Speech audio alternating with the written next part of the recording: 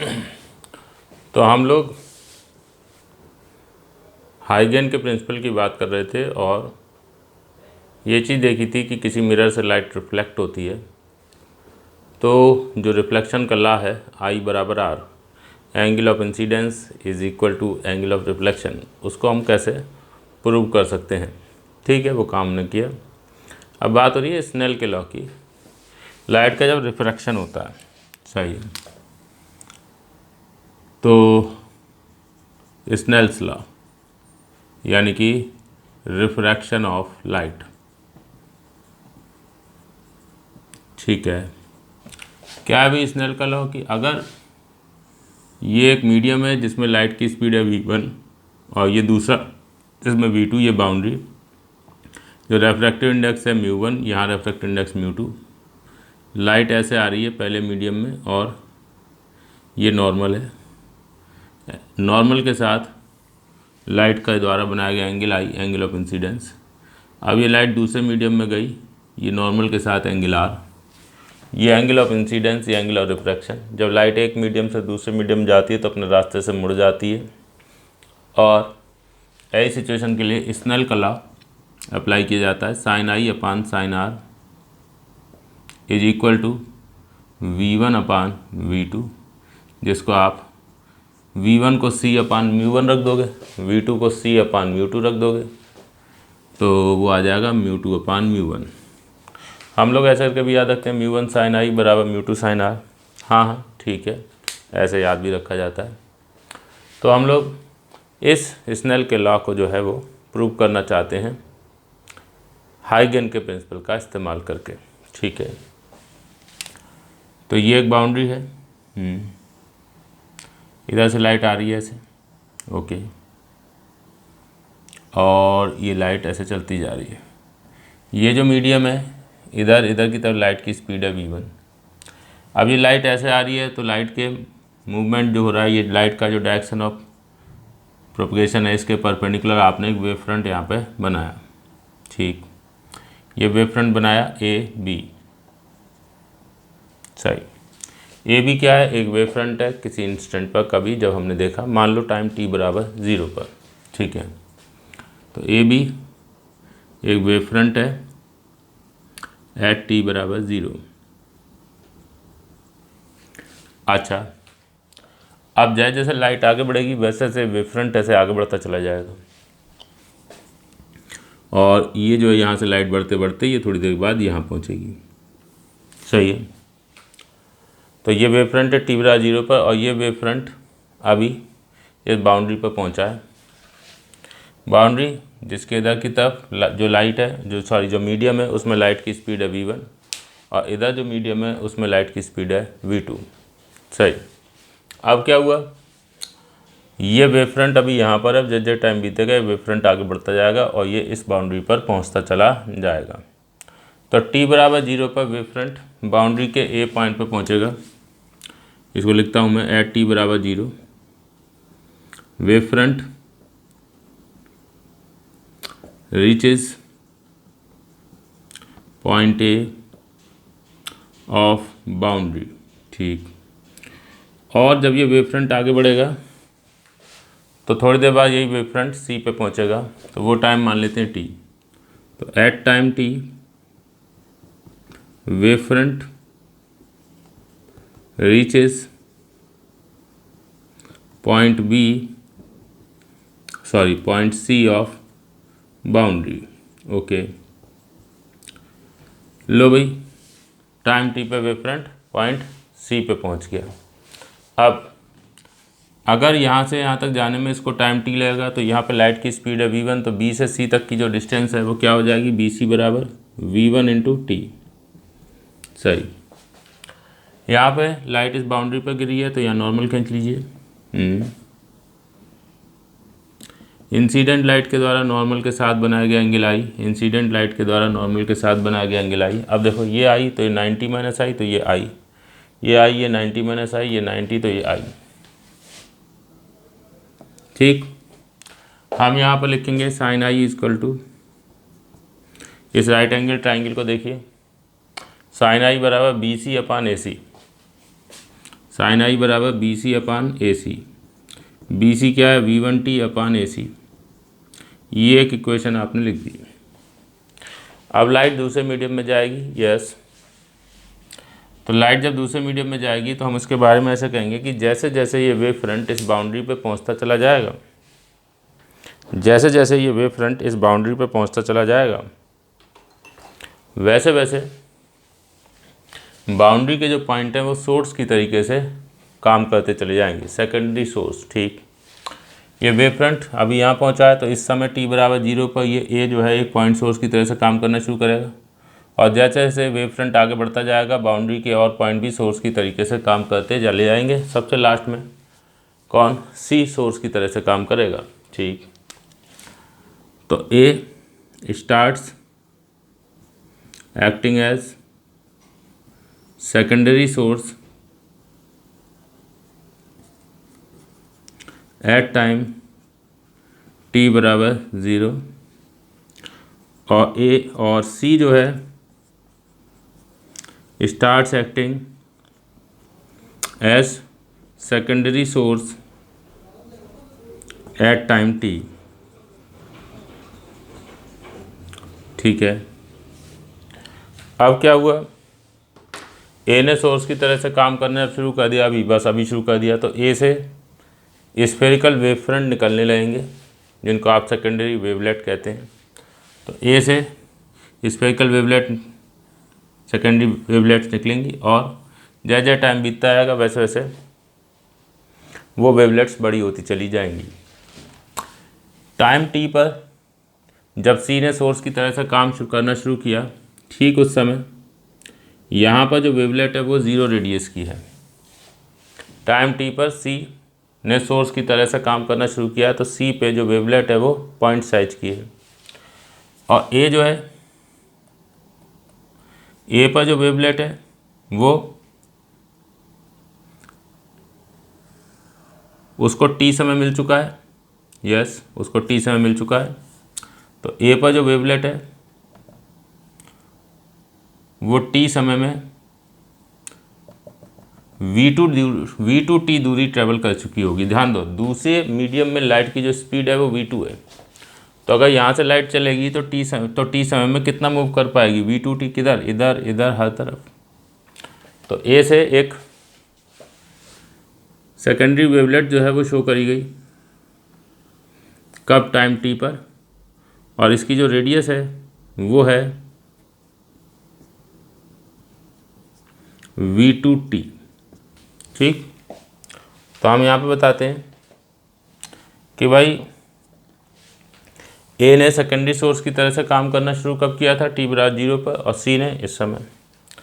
तो at time t,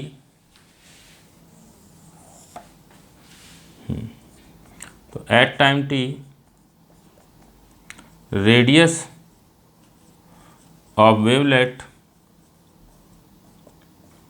originated from C has 0 radius। ठीक है, और at time t radius of wavelet originated from A has radius V2T। ये बात समझे, क्योंकि ए तो t बराबर 0 पे ही सोर्स बन चुका था, हम बात कर रहे हैं टाइम t की। तो t समय में इससे निकलने वाली लाइट इधर जाएगी तो कितनी दूरी ट्रेवल कर चुकी होगी, V2T। तो इसका जो वेवलेट है वो V2T रेडियस का हो चुका होगा। अब एक वेवलेट ये है 0 रेडियस की, पॉइंट साइज की, और एक वेवलेट ये है, इन दोनों का एक एनवेलप ड्रा करिए। एनवेलप मतलब ऐसा सरफेस जो इनको टच करते हुए जा रहा हो। तो मैंने कहा ठीक है भाई, एक मैं यहाँ पर ये एनवेलप जो है वो ड्रा करता हूँ। ये एनवेलप ड्रा कर दिया, और ये है सी, ये हो गया डी।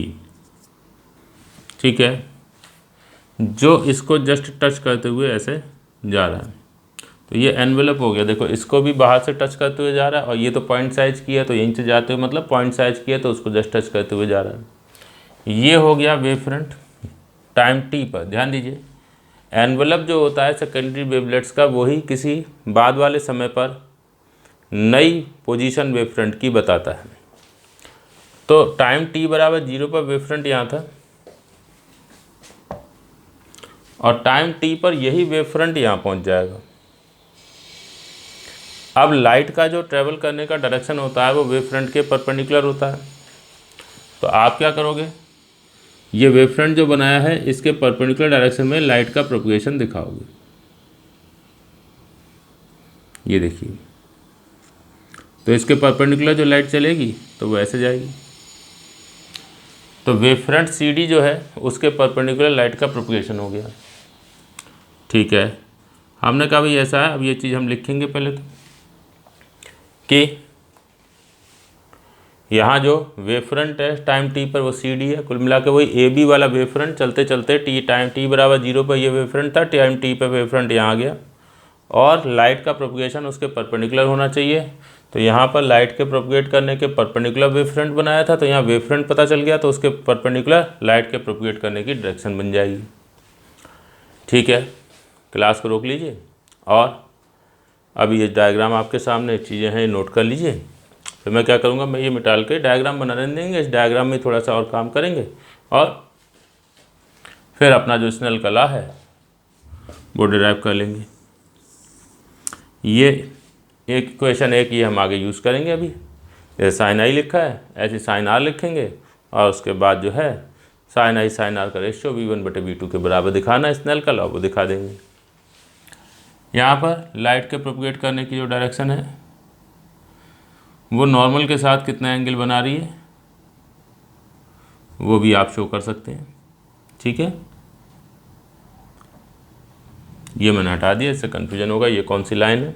ठीक, वो बात यहाँ पर लिखी दिखाई नहीं है, वो लिखी हुई है, देखो यहाँ लिखी है, at time T radius of wavelet originated from A has radius V2t। ये जो वेवलेट है, ठीक है, यह है wavelet from A at time T.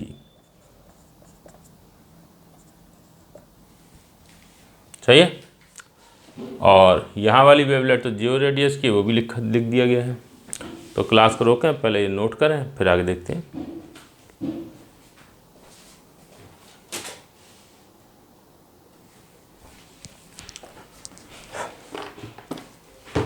हाँ जी, तो डायग्राम ये बना दे रहे हैं, बस इसमें जो है वो बना रहने देते हैं, ये हटा देते हैं सारी चीज़। और इस डायग्राम में अब जो आर एंगल है उसको लेके हमें कुछ काम करना है। ठीक, तो पहले जो बातें बोली थी वो लिख देते हैं कि सी डी जो है वो हो गया wave front at time T, और लाइट प्रोपगेट्स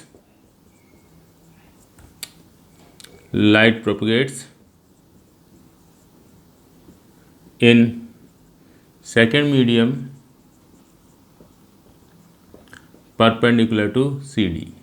देखो पहले मीडियम में लाइट ए बी के परपेंडिकुलर चल रही थी और सी डी के परपेंडिकुलर चलेगी दूसरे मीडियम में। अब ये ध्यान दीजिए, ये दो अलग अलग वेव फ्रंट नहीं है, एक ही वेव फ्रंट है। वही वेव फ्रंट पहले यहाँ था कब t बराबर 0 पर, और वही वेव फ्रंट यहाँ आ गया है टाइम t पर। देख लीजिए, ए बी के बारे में आपने लिखा था कि ए बी क्या है, wave front at time t बराबर 0, और वही वेव फ्रंट टाइम t तक आते आते यहाँ पहुँच गया। ये डायग्राम एक ही है, बट लाइट जब यहाँ से ये यहाँ पहुँची है तब वेव फ्रंट यहाँ से यहाँ आ गया। ठीक है, तो ये दो अलग अलग वेव फ्रंट नहीं है, वो ए बी वाला ही वेव फ्रंट है जो ट्रेवल करते करते सी डी पे पहुँच गया। ये बात मैं लिखूँगा अभी, क्योंकि दोबारा कभी हम बाद में जब देखते हैं तो हमारे दिमाग में ये चीज़ लगती है यार यहाँ दो वेव फ्रंट हैं, एक वो वेव फ्रंट है एक ये वेव फ्रंट है, क्योंकि एक ही डायग्राम में बने होते हैं ना दोनों, बट एक्चुअल में वो दो अलग अलग वेव फ्रंट नहीं है। अच्छा, तो हमने कहा भी ऐसा है, ये सी डी वाला वेव फ्रंट ए बी वाला ही है जो ट्रेवल करते करते यहाँ तक आ गया। ठीक, तो मैं ये बात लिखता हूँ, wave front A B has propagated with light to become wavefront CD at time t। अब ये दोबारा कभी देखोगे तो आपको क्लियर हो जाएगा कि ये हुआ क्या था। अब ये नॉर्मल के साथ इधर एंगल आर बन रहा है, इधर एंगल आर बन रहा है। ये एंगल आर, ये 90 माइनस आर, तो ये एंगल क्या होगा आर। अब चाहे ऐसे कह लो आर 90 माइनस आर, तो ये आर। अब एक काम करते हैं, ये जो ए से डी तक की दूरी है ये पहले लिख देते हैं, ए से डी वो है v2t। क्यों भाई, अरे भाई लाइट को यहाँ से यहाँ तक आने में t समय लगा है ना, तो ये दूरी यानी इस वेवलेट की रेडियस वो v2t ही तो होगी। अब जरा जो ट्रायंगल नीचे बन रहा है उसमें साइन आर लिखो। इस राइट एंगल ट्रायंगल में देखिए ये राइट एंगल ट्रायंगल है, साइन आर क्या होगा, sine R will be AD upon AC, AD upon AC यानी कि v2t अपॉन AC। ये दूसरी इक्वेशन हो गया काम। पहली इक्वेशन और दूसरी इक्वेशन को डिवाइड कर दो, तो ऐसे केस में sine I upon sine R बराबर आपको मिल जाएगा v1 बटे v2। सही, v1 क्या होता है c अपॉन म्यू1, v2 क्या होता है c अपॉन म्यू2। तो अगर वो रख दोगे तो ये हो जाएगा c कट जाएगा, ये आ जाएगा म्यू2 बाई म्यू1। अब तुम चाहे स्नेल का लॉ ऐसे लिख लो, ऐसे लिख लो या ऐसे लिख लो, जैसे चाहे वैसे लिख लीजिए, एक ही बात है।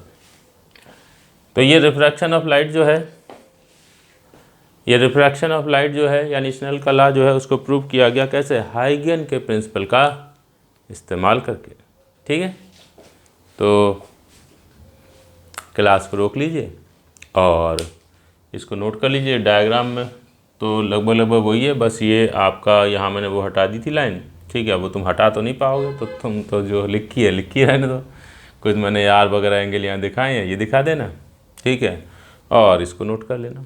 ठीक है, क्लास रोक के इसे नोट करिए।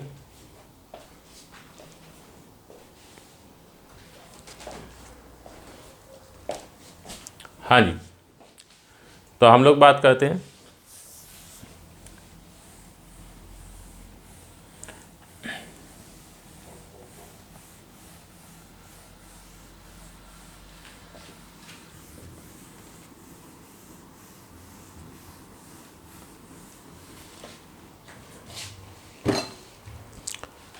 यहाँ बात करते हैं यही वेवफ्रंट वगैरह की, और कुछ जनरल बातें जो है देखेंगे कि जैसे लाइट किसी लेंस से जो है जब पास होती है तो लाइट का जैसे पैरेलल लाइट आ रही है तो कन्वर्जिंग लेंस से पास हुई, कन्वर्ज हुई, डाइवर्जिंग लेंस में फैल गई, डाइवर्ज हुई।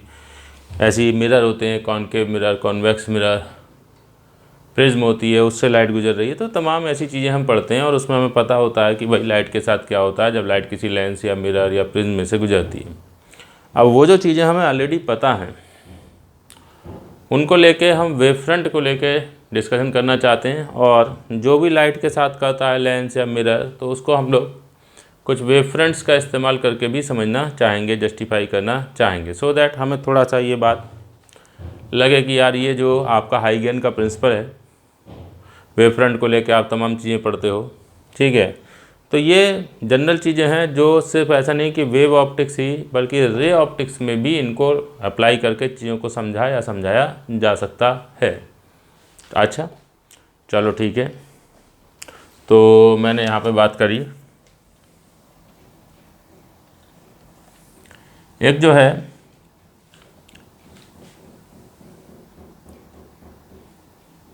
हमने पहले एक ऐसा सिस्टम लिया कि ग्लास का ब्लॉक है और इसके ऊपर लाइट जो है वो इधर से गिराई जा रही है। ठीक, अब इस लाइट का क्या होगा जब ये लाइट इस ग्लास के ब्लॉक में से गुजरेगी। ये एक प्रिज्म हो गई। आप ध्यान दीजिए, अगर ऐसे देखेंगे तो एक प्रिज्म ही तो है, ये प्रिज्म का रिफ्रैक्टिंग एंगल है, दो बाउंड्री, एक बाउंड्री से लाइट गिरेगी, दूसरे बस उसको मैंने ऐसे रख दिया है कि आपको एक प्रिज्म की तरीके से नहीं बल्कि एक ब्लॉक की तरीके से महसूस हो रही है। चलो कोई बात नहीं, हमें ये डिस्कस करना है कि जब ये लाइट इस ब्लॉक में से गुजरेगी तो लाइट के साथ क्या होगा। अच्छा देखो, यहाँ से लाइट आएगी, यहाँ पर इस जगह पर नॉर्मल खींच लो, यस, ये एंगल ऑफ इंसिडेंस हो गया। हाँ, अब लाइट ग्लास से एयर में जाएगी तो नॉर्मल से दूर हटेगी, अरे डेंसर से रेयर में जाते समय नॉर्मल से दूर ही तो हटते हैं, तो लाइट नॉर्मल से दूर हट गई, ये लीजिए, ठीक, ऐसे ये नॉर्मल से दूर हट गई। सेम वही काम यहाँ भी होगा, यहाँ पे भी वही नॉर्मल खींच लीजिए, सेम एंगल आई यहाँ बनेगा और सेम एंगल आर ऐसे, ऐसी लाइट यहाँ पहुँची, फिर वही एंगल आई और यहाँ से लाइट ऐसे जाएगी, एंगल आर। तो ये क्या हुआ कि लाइट जो है वो यूँ मुड़ गई, चाहिए ये होता ही है प्रिज्म में, जब प्रिज्म पर जब लाइट गिरती है तो प्रिज्म से पास होने में लाइट क्या होती है, मुड़ जाती है, ऐसे वही हो रहा है, ये लाइट ऐसे करके यूँ मुड़ जा रही है। अच्छा, हम थोड़ा सा अब यहाँ पर ये समझना चाहेंगे कि जो लाइट है उसका यूँ मुड़ना, क्या हम वेवफ्रंट का इस्तेमाल करके, हाइगन का प्रिंसिपल का इस्तेमाल करके जस्टिफाई कर सकते हैं कि जब लाइट इस ब्लॉक से गुजरेगी, इस प्रिज्म में से गुजरेगी तो ये ऐसे मुड़ जाएगी, ठीक है। अभी तो हमने जो रिफ्रैक्शन के बारे में हमें पता होता है कि लाइट जब डेंसर से रेयर में जाती है तो नॉर्मल से दूर हट जाती है, उसका इस्तेमाल करके हमने ये चीज़ को समझ लिया कि लाइट इससे गुजरेगी तो ऐसे मुड़ जाएगी। वेवफ्रंट का यूज़ करके क्या हम इसको समझा सकते हैं, जस्टिफाई कर सकते हैं? बिल्कुल कर सकते हैं। देखिए ये आपका ब्लॉक है, इधर से लाइट आ रही है, ऐसे आ रही है, लाइट ऐसे आ रही है तो ये चलती जा रही है ऐसे, कोई वेव फ्रंट है, ये रहा, ये वेव फ्रंट, जैसे लाइट चल रही है वेव फ्रंट आगे बढ़ता जा रहा है, सही है, ये लाइट चलती जा रही है। अब ये लाइट चलते चलते यहाँ अंदर घुसी, वेव फ्रंट ऐसे चलता चला जा रहा है। अब वेव फ्रंट जो है वो चलते चलते किसी समय यहाँ पे पहुँचा,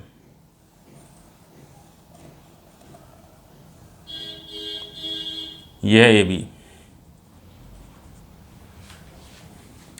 तो इस ए बी के बारे में हमने कहा ए बी है वेव फ्रंट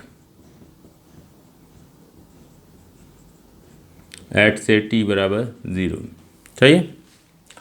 अब ये जो लाइट है ये अभी चलती जाएगी ऐसे ग्लास में, ग्लास में लाइट की स्पीड क्या होती है, अभी बाहर वैक्यूम में लाइट, एयर में लाइट की स्पीड क्या होती है, सी, ठीक। तो भाई मेरे ये लाइट जब यहाँ पहुँची है तो अब यहाँ पर लाइट ये आगे बढ़ती जाएगी और यहाँ पर ये तो ग्लास में चलेगी लाइट, और ये जो लाइट है ये बाहर निकलेगी, ये किस में चलेगी, एयर में। तो यहाँ से यहाँ तक जो लाइट जाएगी ये v स्पीड से जाएगी और यहाँ से जो लाइट निकलेगी वो क्या होगी, c स्पीड से जाएगी, ठीक। अब ये वेव फ्रंट यहाँ पहुँच गया है तो ए ने एक सोर्स की तरह से काम करना शुरू कर दिया, कब, टाइम t बराबर 0 पर। तो t बराबर 0 पर सोर्स ए बिकम्स सेकेंडरी सोर्स। अब ये सब कहीं पर सिचुएशन दे रखी होगी तो उस समय तो आपको ये सारी चीज़ें लिखने की जरूरत नहीं पड़ेगी, आपको तो बस ठीक है पता होगा, बट समझाने के लिए मैं लिख रहा हूँ, ए बिकम्स सेकेंडरी सोर्स, ओके। और लाइट को बी से, मान लो ये पॉइंट है डी, यहाँ तक पहुँचने में टाइम लगता है टी, तो light propagates from B to D in time T. देखिए बी से डी तक लाइट को जाने में कितना टाइम लगता है, टी, सही। तो इसका मतलब बी सी बराबर जो है वो क्या हो गया, बी डी बराबर जो है वो हो गया वी टी, सही है। बी सी बराबर जो है वो हो गया, सॉरी बी डी बराबर हो गया वी टी। वी सी से छोटा है ये तो हम लोग जानते ही हैं।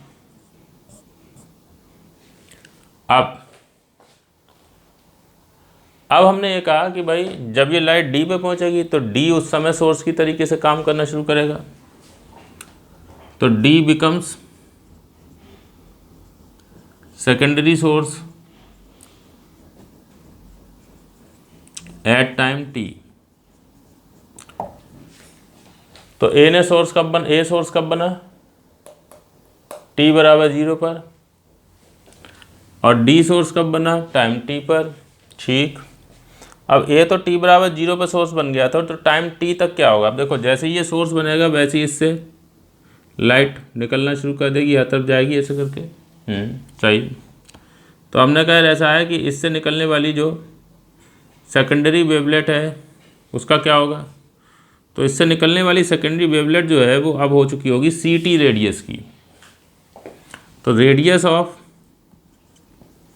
सेकेंडरी वेवलेट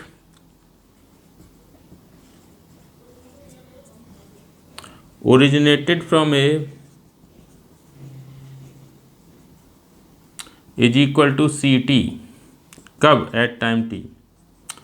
अरे यार मेरे इससे जो लाइट निकलेगी वो सी स्पीड से जाएगी ना, तो अगर सी स्पीड से लाइट जाएगी तो ऐसे में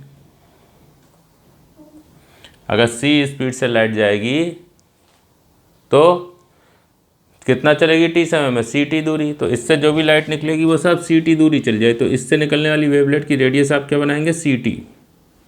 ये लीजिए, ये सी टी रेडियस की सेकेंडरी वेवलेट बन गई। अब radius of secondary wavelet originated from D is equal to 0 at time t। D से जो वेवलेट निकलेगी उसकी रेडियस क्या होगी, 0, कब, टाइम टी पे। क्यों, D ने तो टाइम टी पे ही सोर्स की तरह से काम करना शुरू किया है। ये 0 रेडियस की है और ये इतनी बड़ी हो गई। तो अब इनका एनवेलप खींचो, इनका एनवेलप खींचोगे तो ये इस तरीके से जाएगा। अच्छा ये देखो, ये दूरी जो है सी टी और ये दूरी क्या है, वी टी। तो सी टी की वैल्यू वी टी से बड़ी है, दिखाया है यहाँ पर। हाँ बिल्कुल सही है, ये दूरी ज़्यादा होगी, क्यों, वी सी से छोटा है तो यहाँ पे लाइट कम दूरी चलेगी, यहाँ लाइट ज़्यादा दूरी चल जाएगी। तो अब अगर आप इनका एनवेलप खींचोगे तो इनका जो एनवेलप है वो ऐसे बनेगा। तो ये हो गया डी ई, ये हो गया wavefront eight time T.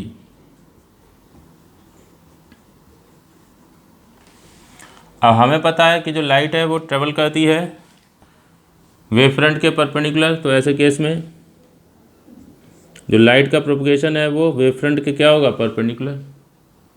Light का प्रोपगेशन वेवफ्रंट के क्या होगा, परपेंडिकुलर। तो यहाँ पर ये इधर, यहाँ एक मिनट, ये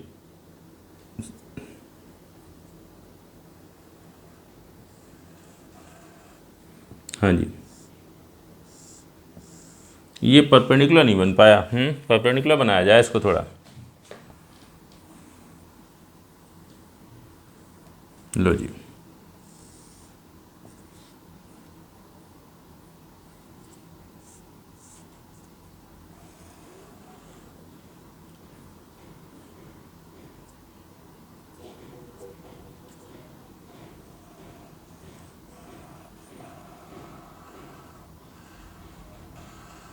लीजिए।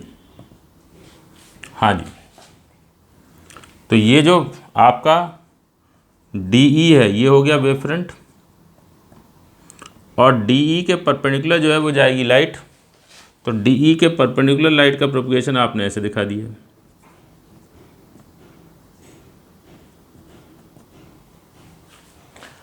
तो हमने क्या देखा कि जो वेवफ्रंट पहले ऐसे आ रहा था वो वेवफ्रंट यहाँ तक सीधे आया, और फिर उसके बाद जैसे इससे पास हुआ तो वेवफ्रंट ऐसे झुक गया।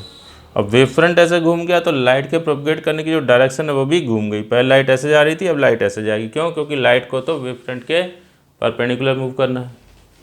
तो आपने जो वेवफ्रंट t बराबर 0 पर यहाँ बनाया ए बी, वही वेवफ्रंट टाइम t पे ऐसे हो गया। तो लाइट का प्रोपगेशन ऐसे से ऐसे हो गया, ये देख लीजिए।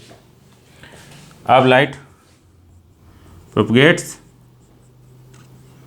Perpendicular to DE। Light propagate करेगी DE के परपेंडिकुलर, समझे। तो ऐसे में आपका जो वेवफ्रंट है वो घूम गया, वेवफ्रंट घूम गया तो लाइट का जो प्रोपगेशन की डायरेक्शन है वो भी घूम गई। तो इस तरीके से इसको जस्टिफाई किया जा सकता है। हालांकि ये बहुत कॉम्प्लिकेटेड है, बहुत से लोग कहेंगे कि यार ये क्या बात है, ये तो सिंपल सी चीज़ थी, इतनी आसान सी चीज़ थी, वो उसको कॉम्प्लिकेट किया गया, अब क्या करें। समझना पड़ता है, ठीक है। अच्छा, बाकी ये है कि जो लोग जिन्हें ये बहुत अच्छे से नहीं पता होता है वेव फ्रंट, हाइगन का प्रिंसिपल, उनको तो ये चीज़ अजीब सी लगती है। बट जिन लोगों को जो है ये चीज़ एक बार सही से समझ में आ जाती है, थोड़ा पढ़ लेते हैं, ठीक से दिमाग में बिठा लेते हैं, थोड़ा समय के साथ बिता लेते हैं, तो उन लोगों को ये चीज़ ज़्यादा बढ़िया लगने लगती है थोड़े समय के बाद। क्यों?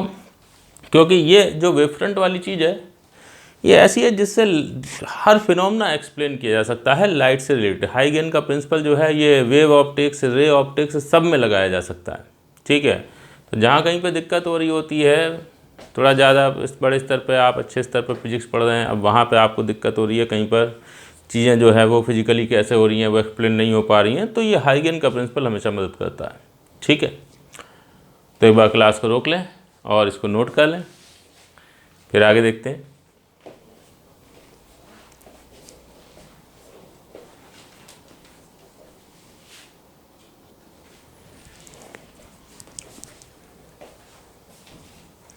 अच्छा,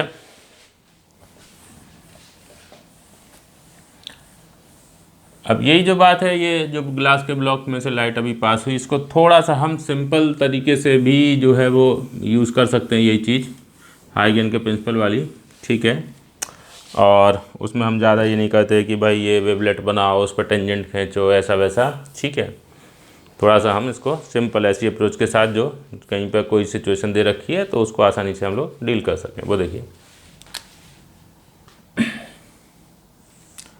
ये हमारा ब्लॉक है, ठीक, ये ग्लास है, बाहर एयर है। अब मुझे ये तो पता ही है कि ग्लास में लाइट की स्पीड जो है वो होती है कम एयर के कंपेरिजन में, तो V glass, speed of light in glass smaller than speed of light in air. हाँ बिल्कुल, चलो अब लाइट को लेके आओ ऐसे, ये आप लाइट को लेके गए ऐसे,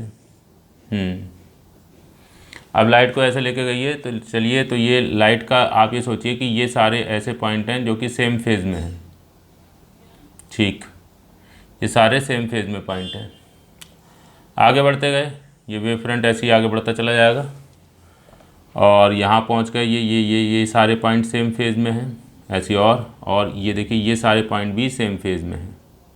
ये भी एक वेव फ्रंट बनाया आपने और इस पे मौजूद जितने भी पॉइंट थे सब सेम फेज में मौजूद थे। अब क्या हुआ देखो, यहाँ पे लाइट जो है वो पहुँच गई और यहाँ पहुँच गई। अब देखो एक छोटी चीज़ कि अगर तुम ये सोचो, मान लो लाइट ऐसी सीधे सीधे आगे बढ़ती जाए, तो यहाँ से यहाँ तक लाइट जो गई है वो गई है ग्लास में। अब जितना टाइम लाइट को यहाँ से यहाँ तक जाने में लगेगा वो मान लो है टी, तो ये दूरी हो गई वी ग्लास इंटू टी, सही है।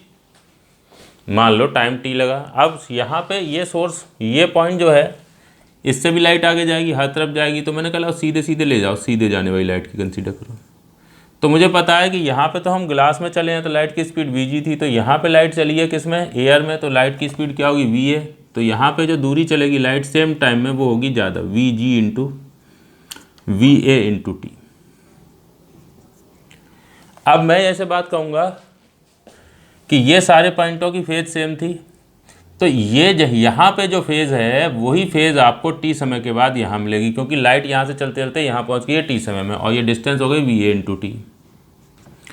और जो फेज़ यहाँ थी वही फेज़ जो है वो यहाँ देखने को मिलेगी टी समय के बाद, क्योंकि लाइट यही वाली यहाँ से चलते चलते यहाँ आई है ना, तो जो फेज़ की वैल्यू यहाँ थी वही फेज़ की वैल्यू यहाँ होगी, कब, टाइम टी के बाद। ऐसे ही यहाँ पर लाइट यहाँ पे जो फेज़ था वही फेज़ जो है वो यहाँ पे मिलेगा, कब, टी समय के बाद, क्योंकि लाइट को यहाँ से यहाँ तक आने में टी समय लगा है। तो इसका मतलब ये पॉइंट और ये पॉइंट सेम फेज़ में हुए। देखो टी बराबर 0 पर इन पॉइंटों को कुछ नाम दे दो, ए, बी, इसको नाम दो सी, इसको नाम दो डी। टाइम 0 पर ए और बी की फेज सेम थी, हाँ थी, क्योंकि ये एक वेव फ्रंट है, वेव फ्रंट के सब पॉइंटों पर फेज क्या होती है, सेम। टाइम टी बराबर 0 पर ए की और बी की फेज सेम थी। टाइम टी तक आते आते ये लाइट यहाँ पहुँचेगी, तो जो फेज डी की होगी वो फेज इसकी होगी, इसकी और इसकी फेज सेम है। फिर टाइम टी में ये लाइट यहाँ से यहाँ तक जाएगी, तो जो फेज यहाँ की है वही टी टाइम के बाद यहाँ की होगी। देखो मैं इसको लिखूँगा, हालांकि एक्सप्लेन करते समय या खुद सोचते समय आपको लिखने की ज़रूरत नहीं है, बट फिर वही बात आती है ना कि मान लो लंबे समय के बाद देखेंगे तो कैसे पता चलेगा क्या डिस्कशन हुआ था यहाँ। तो phase of D at time T is equal to, देखो अब मैं पूरी हर चीज़ लिख रहा हूँ, phase of B at time T बराबर 0, समझे। This is equal to phase of A at time T बराबर 0। जो इसकी फेज थी डी की वो टी समय पहले इसकी थी, और जो इसकी फेज है टी बराबर 0 पर वही फेज इसकी है टी बराबर 0 पर। और अब ए की और सी की फेज सेम होगी कब, क्यों, जो लाइट यहाँ है वही टी समय में यहाँ पहुँचेगी, ठीक है। तो this is equal to phase of C at time T. तो मैंने कहा यार ऐसा है कि डी की और सी की फेज टाइम टी पे क्या हो गई सेम, तो at time T phase of C and D is same. तो इसका मतलब C D is a wave front, okay, C D एक वेव फ्रंट हो गया, और सी डी एक वेव फ्रंट हो गया तो वो वेव फ्रंट कैसे बनाओगे, ऐसे, क्यों, क्योंकि यहाँ पे लाइट ज़्यादा चली, अगर ये और ये बराबर चले होते तो ये वेव फ्रंट सीधा होता, ये ज़्यादा चले कम चले तो वेव फ्रंट ऐसे हो गया। वेव फ्रंट ऐसे हो गया तो लाइट जो प्रोपगेट करेगी वो वेव फ्रंट के परपेंडिकुलर प्रोपगेट करेगी, ठीक है। तो लाइट को ऐसे जाना पड़ेगा, ठीक है। तो सी डी वेव फ्रंट हो गया तो light propagates perpendicular to C D now, यानी कि at time T. Time T पे जो लाइट का प्रोपगेशन है वो सी डी के परपेंडिकुलर होगा। तो ये थोड़ा सा इसमें हमने वो वेवलेट की बात नहीं करी, वो उसके परपेंडिकुलर, वो वेव फ्रंट, वो उसका एनवेलप बनाना और ये सब नहीं काम किया। हमने सिर्फ ये कहा कि यार लाइट सीधे ऐसे चलेगी। अब कोई कहेगा साहब ये यहाँ पे लाइट सीधे कैसे गई, ठीक है। बहुत से बच्चे तुरंत इसके बारे में थोड़ा सोचेंगे, कहेंगे अरे ये तो गलत बनाया है, यहाँ पे ये लाइट तो सीधे जाएगी नहीं, ये तो यहाँ पे मुड़ जाएगी ना। अरे यार वो हम उसमें पढ़ते हैं वेव ऑप्टिक्स में। वेव ऑप्टिक्स में क्या बताया गया कि जब भी वेव फ्रंट किसी जगह पर पहुंचेगा तो वो पॉइंट एक नए पॉइंट सोर्स की तरीके से काम करने लगेगा, सेकेंडरी सोर्स बन जाएगा, तो उससे लाइट हर तरफ जाएगी। ये जब सोर्स की तरह बन जाएगा तो इससे लाइट सिर्फ इधर नहीं जाएगी, इधर भी जाएगी, इधर भी जाएगी, इधर भी जाएगी, इधर भी जाएगी। समझे। तो क्या हमने वो पहले रे ऑप्टिक्स में जो पढ़ा था स्नेल्स का लॉ कि भाई लाइट ऐसे आती है वो ऐसे जाएगी, और तुम कह रहे हो कि यह हर तरफ जाएगी, तो ये क्या है, क्या वो गलत था? नहीं नहीं, वो गलत नहीं है, वो एक्चुअल में बहुत सिंपल ट्रीटमेंट है। एक्चुअल तो यही होता है, बस होता ये है कि इसमें और भी बहुत सारी चीज़ें जो है वो इन्वॉल्व होती हैं। कि जैसे अब तुम कहोगे कि साहब लाइट इधर भी तो जाएगी, तो हम कहेंगे इधर से भी अकेली लाइट नहीं जाएगी, यहाँ से यहाँ तक जितने भी सोर्स बनेंगे उन सब सोर्सेज से निकलने वाली लाइट इधर उधर हर तरफ जाएगी। तो किसी एक पर्टिकुलर पॉइंट पर पहुँचने वाली जो लाइट होती है वो उन सब से आने वाली लाइट के सुपरपोजिशन से, इंटरफेरेंस से बनती है। तो वो काफ़ी कॉम्प्लिकेटेड चीज़ है। हम इस समय सिर्फ और सिर्फ ये लाइट के प्रोपगेशन की डायरेक्शन जो है उसको जस्टिफाई करना चाह रहे हैं, ठीक है। तो इसको मिक्स ना करें उससे, जो आपने रे ऑप्टिक्स में पढ़ाया हो उसके कॉन्सेप्ट यहाँ पर डालने की कोशिश नहीं करें। इसके कॉन्सेप्ट तो वहाँ डाले जा सकते हैं, वहाँ वाली चीज़ यहाँ नहीं डाली जा सकती, ठीक है। तो इसमें क्या है कि वो सबका रिजल्ट करके ओवरऑल निकाला जाता है जो हम रे ऑप्टिक्स में फाइनल पढ़ते हैं। एक्चुअल में ये है जो यहाँ बताया जा रहा है, ठीक है। तो ये लाइट जो है वो जाती तो हर तरफ है, ठीक है। तो हम क्या कहते हैं, हम तो उस लाइट में इंटरेस्टेड हैं जो सीधे गई, क्योंकि सीधे जाने वाली लाइट में हम ये कंपेयर कर पाएंगे कि यहाँ पे लाइट की स्पीड कम है तो वो टी समय में कम दूरी चलेगी, और यहाँ लाइट की स्पीड ज़्यादा है तो वो टी समय में ज़्यादा दूरी ट्रेवल करेगी, ठीक। तो इसको लेकर इस तरीके से जो मैंने बात कही, इसमें क्वेश्चन तो आपके दिमाग में तमाम आ सकते हैं कि नहीं यार ये तो लाइट ऐसे कैसे, अभी मैं यहाँ पे जो है वेवलेट बना लूँगा तो वो वेवलेट तो ऐसे यूँ करके जाएगी, तो वो इसको काटते हुए जाएगी, तो वेव फ्रंट कैसे बन गया ये, वो ठीक है। ये सिर्फ और सिर्फ हमें कोई सवाल दे दिया गया तो उसको करने के लिए हम कर रहे हैं। एक्चुअल में तो काम हमें वैसे ही करना चाहिए जो इससे पहले बताया था। ये थोड़ा सिंपल करके हम ट्रीटमेंट कर रहे हैं, ठीक है। जो जल्दबाजी में हमें काम करना हो उसके लिए है। एक्चुअल में तो काम वैसे ही होगा जैसे इससे पहले बताया था कि पहले ये सोर्स बनेगा तो उससे स्फेरिकल वो निकलेगी, वेवलेट निकलेगी, इसकी वेवलेट जीरो रेडियस की होगी, फिर दोनों का एनवेलप खींचेगा, फिर दोनों का एनवेलप खींचेगा, तब जाके जो है वेव फ्रंट मिलेगा और फिर उसके परपेंडिकुलर लाइट जाएगी। ये थोड़ा सिंपल ट्रीटमेंट के लिए है और एक्चुअल तो इससे पहले वाला ही था। चलिए, फिर भी हम तो सवाल करते समय तो ऐसे ही करेंगे ना, तो अपने लोग जो है इसको कोशिश करते हैं याद रखने की। ठीक है, तो क्लास को रोकें और इसको नोट करें।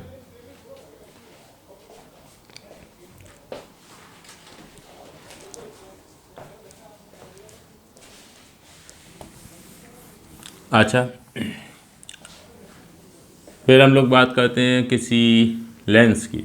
ठीक है, और लेंस को लेकर कुछ डिस्कस करना चाहेंगे कि यार लेंस से जब लाइट गुजरती है तो वो कन्वर्ज या डाइवर्ज होती है, तो उसको हम लोग ये फेज वगैरह को लेकर, वेव फ्रंट वगैरह को लेकर कैसे कुछ एक्सप्लेन कर सकते हैं।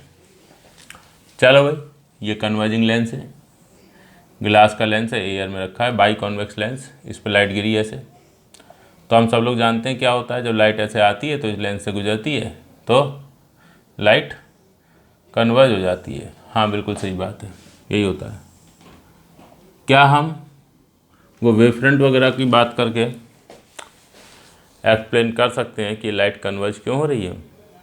हाँ हाँ कर सकते हैं। देखो कैसे, आपने क्या किया, आपने कहा कि यार ऐसा है, ये हमारे पास लेंस है और इधर से लाइट आ रही है।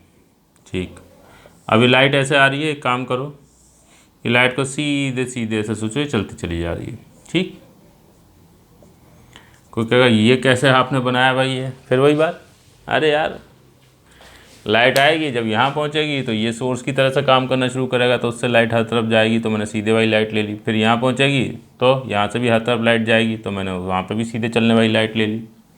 ऐसे करके बात है। अच्छा चलो, अब देखो, लेंस बीच में से मोटा है और साइडों से पतला है। यहाँ पे लेंस की थिकनेस है T और यहाँ पे लेंस की थिकनेस है T1, यहाँ लेंस की थिकनेस है T1। तो T1 जो है वो T से कम है। यस, क्योंकि ये लेंस बाई कॉन्वेक्स लेंस है, तो बीच में मोटा और किनार और साइडों में पतला है। तो लाइट जब यहाँ से चलेगी तो लाइट इसमें जो चलेगी वो कम स्पीड से चलेगी। ठीक है, किसमें? ग्लास में। एयर में जो लाइट चलती है वो ज़्यादा स्पीड से चलती है।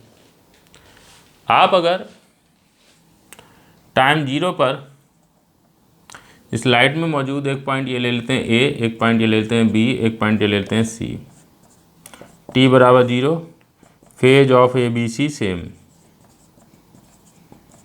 सही। अब थोड़ी देर के बाद यही लाइट जो यहाँ से है वो चलते चलते आगे पहुँचेगी। तो मान लो T टाइम के बाद लाइट यहाँ पहुँच जाती है B डैश पर। तो light propagates from B to B dash in time T। Okay, तो भाई मेरे ये जो लाइट यहाँ गई है ये A से A डैश तक पहुँचेगी और C से C डैश तक पहुँचेगी।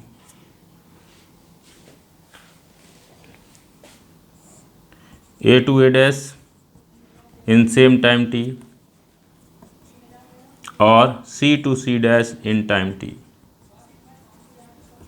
सही। अब एक चीज़ तुमने शायद नोटिस करी हो कि ये B डैश मैंने पहले दिखा दिया, A डैश C डैश बाद में दिखाए। ये समझे? हुआ क्या है कि यहाँ पे लाइट जो है उसको ग्लास में चलना पड़ा ज़्यादा और यहाँ पे लाइट को ग्लास में चलना पड़ा कम। ऐसा सोचो जैसे हम 3 लोग रेस कर रहे थे और ग्लास वो पार्ट है कि जिसमें रेस में ट्रैक का वो पार्ट है जिसमें कुछ दिक्कत है और उसमें जब आप चलोगे तो आपकी स्पीड थोड़ी स्लो रहेगी, और बाकी बहुत बढ़िया रास्ता है ये वाला एयर वाला, इसमें सब लोग फुल स्पीड से दौड़ेंगे।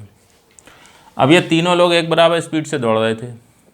ए को बीच में ख़राब रास्ता मिला जिसमें वो कम स्लो स्पीड से चला, बी को भी ख़राब मिला, सी को भी ख़राब मिला, लेकिन बी का जो ख़राब वाला रास्ता था वो ज़्यादा था और सी और ए का ख़राब वाला रास्ता क्या था? कम। तो ऐसे में होगा क्या कि जब ये इस रास्ते को पार करके पहुंचेंगे आगे, तो बी अगर यहाँ तक आएगा तो बी यहाँ तक आएगा तो ए आगे निकल जाएगा, सी भी आगे निकल जाएगा। क्यों?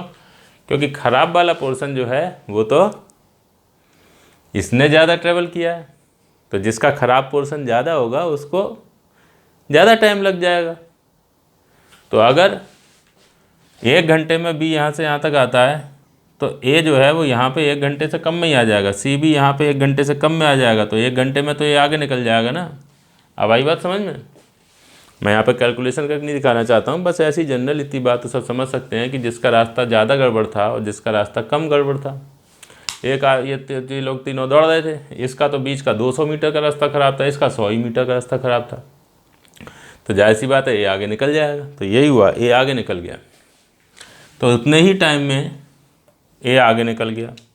ठीक है, क्योंकि एयर में स्पीड ऑफ लाइट ग्लास से ज़्यादा होती है या ग्लास में एयर से कम होती है, तो ऐसे केस में ए डैश जो है वो बी बी डैश से बड़ा होगा, ऐसे सी डैश भी बी बी डैश से बड़ा होगा, तो ये आगे निकल गया। अब क्या हो गया, अब इसकी और इसकी फेज क्या हो गई, सेम। क्यों? क्योंकि यही लाइट यहाँ पहुँची है, यही यहाँ पहुँची है, यही यहाँ पहुँची है, तो यहाँ पे इन तीनों की फेज सेम थी, तो वो लाइट यहाँ पहुँची, तो जो फेज यहाँ t बराबर 0 पर वो थोड़ी देर बाद यहाँ, ऐसी जो यहाँ वो यहाँ, जो यहाँ वो यहाँ, तो इन तीनों की फेज क्या होनी चाहिए, सेम। तो A dash B dash C dash इनकी क्या होगी, फेज सेम। तो ऐसे केस में आप इन तीनों के लिए क्या करोगे, एक वेव फ्रंट बनाओगे। कैसे? इन तीनों को मिलाते हुए ऐसे बनेगा वेव फ्रंट, और इन तीनों को मिलाते हुए वेव फ्रंट ऐसे बनेगा, तो लाइट कैसे, उसके परपेंडिकुलर जाएगी, तो लाइट उसके परपेंडिकुलर कैसे, ऐसे जाएगी। ये देखिए, ये लाइट ऐसे जाएगी और यूँ लाइट जाएगी, तो ये लाइट क्या होगी, कन्वर्ज। तो A dash B dash C dash ये क्या हो गया, वेव फ्रंट, और light propagates perpendicular to wave front.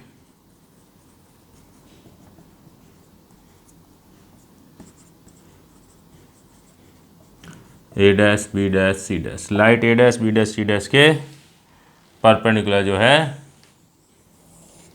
वो चलेगी। तो A dash B dash C dash wave front अगर ऐसे बनाओगे तो उसके परपेंडिकुलर लाइट ऐसी तो जाएगी। ठीक है, तो ये तरीका है कि जिसमें हम, अब इसमें मैं ऐसे भी काम कर सकता था कि पहले इसको मैं बनाऊं सोर्स, फिर यहाँ सोर्स बनाऊं, फिर ये सोर्स बनेगा, ये सोर्स बाद में बनेगा, ये लोग पहले सोर्स बन जाएंगे, तो उनकी स्फेरिकल वेवलेट निकालूं, फिर दिखाऊं। वैसे मैं नहीं करना चाहता हूँ, मैं थोड़ा सिंपल ट्रीटमेंट रखना चाहता हूँ। तो सिंपल ट्रीटमेंट ये है जो आपके सामने है। ऐसे ही आप डाइवर्जिंग लेंस अगर लेंगे, वो बाई कॉनकेव लेंस लेंगे, तो उसको भी लेकर ये प्रूव किया जा सकता है कि लाइट जो है जब उससे पास होगी तो डाइवर्ज फैलते हुए जाएगी। सही है, तो क्लास को रोक लें और इसको नोट कर लें, फिर आगे देखते हैं।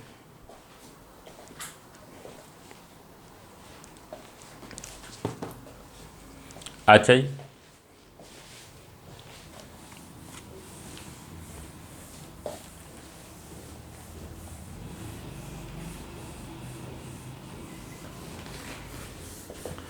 तो हमने कहा वो भी देख लो, डाइवर्जिंग लेंस वाला केस भी देख लो।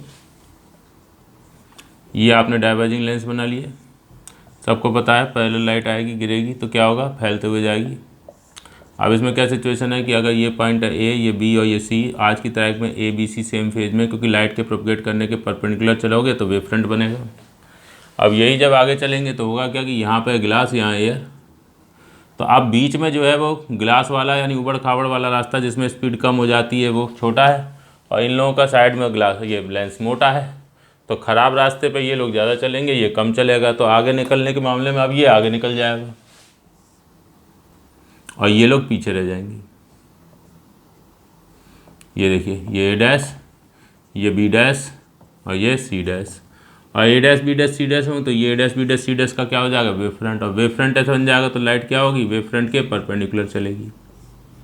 देख लीजिए, तो A dash B dash C dash क्या हो गया, वेव फ्रंट।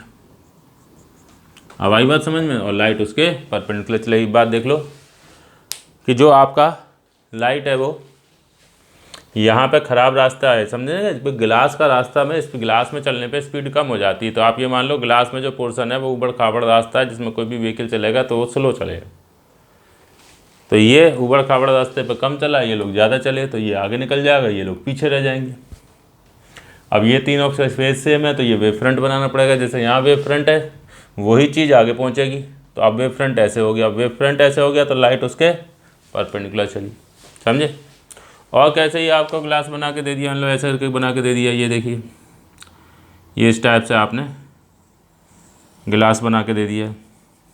फिर आपसे कहा भाई इसमें बताओ लाइट जो है वो अगर ऐसे आ रही थी, ठीक है, तो क्या होगा। तो भाई इसमें वेव फ्रंट ऐसे चल रहा था, ये वेव फ्रंट है।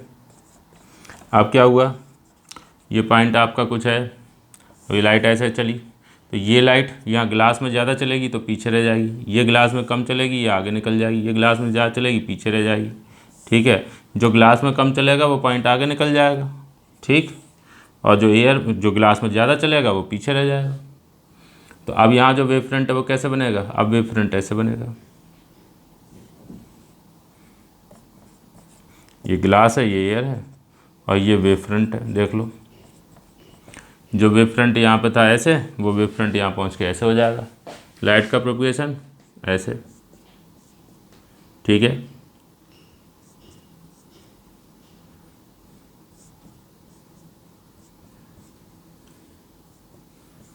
समझे। तो कुछ भी ऐसा खास नहीं है, कोई बहुत कठिन चीज़ नहीं है। ये ग्लास एयर में रखा था, इधर से लाइट आ रही थी, एक वेव फ्रंट ये था। अब ये वेव फ्रंट जब इससे पास होगा तो यहाँ वाला पोर्शन ग्लास में ज़्यादा चलेगा तो वो स्लो हो जाएगा, वो पीछे रह जाएगा, जो ग्लास में कम चलेगा वो आगे निकल जाएगा, समझे। तो इस तरीके से आप जो है वो वेव फ्रंट आपसे पूछा जाए तो वेव फ्रंट बना सकते हो, डायरेक्शन ऑफ प्रोपगेशन पूछी जाए तो डायरेक्शन ऑफ प्रोपगेशन बना सकते हो, कुछ भी खास ऐसा नहीं है। तो क्लास को रोक लीजिए, इसको नोट कर लीजिए, फिर आगे देखते हैं।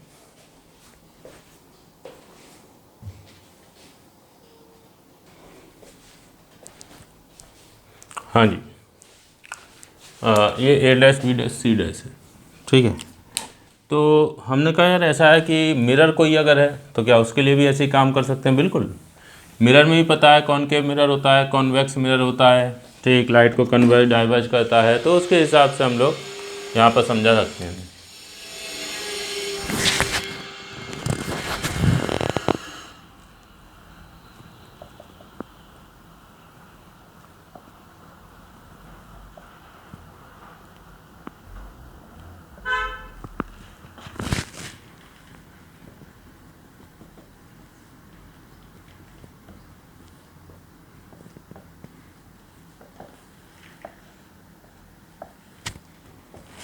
लीजिए, ये दो टाइप के मिरर होते हैं, कॉनकेव कॉन्वेक्स। कॉनकेव मिरर पर लाइट गिराओगे ऐसे कन्वर्ज होगी, कॉन्वेक्स पे गिराओगे तो यूँ डाइवर्ज करते हुए जाएगी। तो भाई मेरे इसको कैसे आप समझ सकते हैं, बिल्कुल ये देखिए, ये लाइट ऐसे, ये कॉनकेव मिरर है, इस पर लाइट आ रही है ऐसे, ये देखिए ये लाइट ऐसे आ रही है, ये पॉइंट ले लो ए, ये बी, ये सी, ए बी और सी। अब ये तीनों चलते चलते यहाँ पहुँचेंगे तो बी को यहाँ पहुँचना है, ए को यहाँ पहुँचना है, सी को यहाँ, और फिर लाइट का रिफ्लेक्शन होना है। तो अब एक बात देखिए, ए यहाँ पे पहले पहुँच जाएगा और बी यहाँ बाद में पहुँचेगा। तो ऐसे केस में ए का से लाइट जो वापस लौटेगी वो जल्दी लौटना शुरू कर देगी और बी जो है वो बाद में लौटना शुरू करेगी। तो क्या होगा, अगर आप थोड़ी देर के बाद देखेंगे तो ए जो है वो यहाँ से पहुँच के ये लौट के यहाँ पहुँच जाएगा अगर ए डैश, तो बी जो है वो यहाँ से लौट के यहीं तक पहुँच पाएगा बी डैश, और सी जो है वो यहाँ से पहुँच के यहाँ तक लौट पाएगा सी डैश। अब आप ध्यान दीजिए क्या हुआ भाई, बी को आगे जाके पलटना है, और आगे भाई एक आदमी कह दिया कि भाई तुम यहाँ पहुँच के वापस आ जाना, दूसरे का नहीं तुम यहाँ पहुँच के वापस आओगे, तो ये तो पीछे रह ही जाएगा। तो आप क्या करोगे, अब वेव फ्रंट बना लोगे। अब वेव फ्रंट कैसे बनेगा, ऐसे, और वेव फ्रंट ऐसे बनाओगे, ये वेव फ्रंट बन गया। तो लाइट कैसे प्रोपगेट करेगी, वेव फ्रंट के परपेंडिकुलर, ये देख लीजिए। यही आप अगर ये वाला केस लेते हैं तो इसमें क्या होगा कि ये लाइट ऐसे आ रही थी, ठीक। अब क्या हुआ, ये पॉइंट ए, ये बी, ये सी अभी तो साथ में थे, अब लेकिन आगे जाके जब आए तो बी जो है वो जल्दी वापस आ जाएगा, इसका जो पॉइंट है ये पहले पड़ गया, ए को थोड़ा ज़्यादा आगे जाके लौटना पड़ेगा, ठीक, और सी को भी आगे जाके ज़्यादा जाके लौटना पड़ेगा। तो ए और सी पीछे रह जाएंगे और बी जो है वो आगे निकल जाएगा, A dash, B dash, C dash. तो इनका जो वेव फ्रंट है वो ऐसे बनेगा, ये वेव फ्रंट बन गया। और वेव फ्रंट यूँ बन गया तो ऐसे केस में लाइट कैसे प्रोपगेट करेगी, ऐसे वेव फ्रंट के परपेंडिकुलर। बोलो सही है नहीं सही है। तो कुछ भी खास ऐसा नहीं है। मिरर को लेकर भी आप ये बात समझा सकते हैं कि वेव फ्रंट की शेप कैसी होगी। वेव फ्रंट के परपेंडिकुलर लाइट जाएगी तो इसमें डाइवर्ज करते हुए आएगी, इसमें कन्वर्ज करते हुए आएगी। कुछ भी खास नहीं है। तो क्लास को रोक लीजिए और नोट कर लीजिए, फिर आगे देखेंगे।